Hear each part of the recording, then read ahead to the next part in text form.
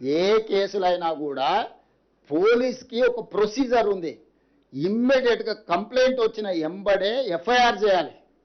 FIR చేసిన తర్వాత 24 గంటలల్లా ఆ అమ్మాయి స్టేట్మెంట్ రికార్డ్ చేయాలి.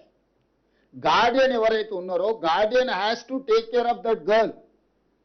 అక్కడ అంతకంటే ముందే ఒక కేసు ఉంది. అమ్మాయి తల్లిదండ్రులు పోలీస్ స్టేషన్లో వచ్చి ఫిర్యాదు చెయ్యకంటే ముందే ఆరోపణలు ఎదుర్కొంటున్న వాళ్ళు కరీంనగర్లో ఒక కేసు పెట్టారు.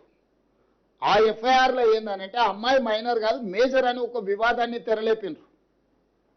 ఆ వివాదాన్ని తెరలేపినప్పుడు ఆ అమ్మాయి మైనరా మేజరా అనేది ప్రభుత్వం పరిశీలించుకోవాల్సిన అవసరం ఉంది. ఆ సమయంలో ప్రధానమంత్రి పర్యటన ఉన్నప్పుడు మీరు అన్నట్టే ఆ ఇంటి మీదకి 1000 మంది పోలీసులను పంపితే ప్రధానమంత్రి పర్యటనతో మా పార్టీ ఆకాశం అంతా ఎత్తెగిరింది, తెలంగాణలో మొత్తం గెలిచిపోతుంది, దీని మీద కక్ష సాధింపు చర్యల కింద పోలీసులను పంపించిందని ఆయన రెడీగా కూర్చున్నాడు.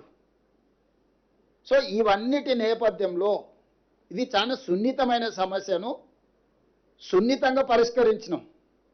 ఎక్కడైనా సెక్షన్స్లలో ఏమైనా లోపం ఉందా, లేకపోతే అరెస్టులో లోపం ఉందా, రిమాండ్లో లోపం ఉందా, కోర్టులో మా వాదనలో ఏమైనా లోపం ఉందా, ఎక్కడ లోపం ఉంది చెప్పండి. ఒకటే కేటీఆర్కు బండి సంజయ్కి ఏదో పంచాయతీ ఉంది, ఆ పంచాయతీని పిల్లల మీద పెట్టి కేటీఆర్ తీర్చుకోవాలనుకుంటే ఆర్ఎస్ ప్రవీణ్ ఉద్యోగం పోయింది కాబట్టి ఉద్యోగం లేక గాలికి తిరుగుతా నేనే విచారణ అధికారిని అని ఆయన ఇంకా భ్రమలలో ఉన్నట్టున్నాడు. ఆయన తీసేసిన తహసీల్దార్, ఆయనకి ఇది అర్థమైతే లేదు.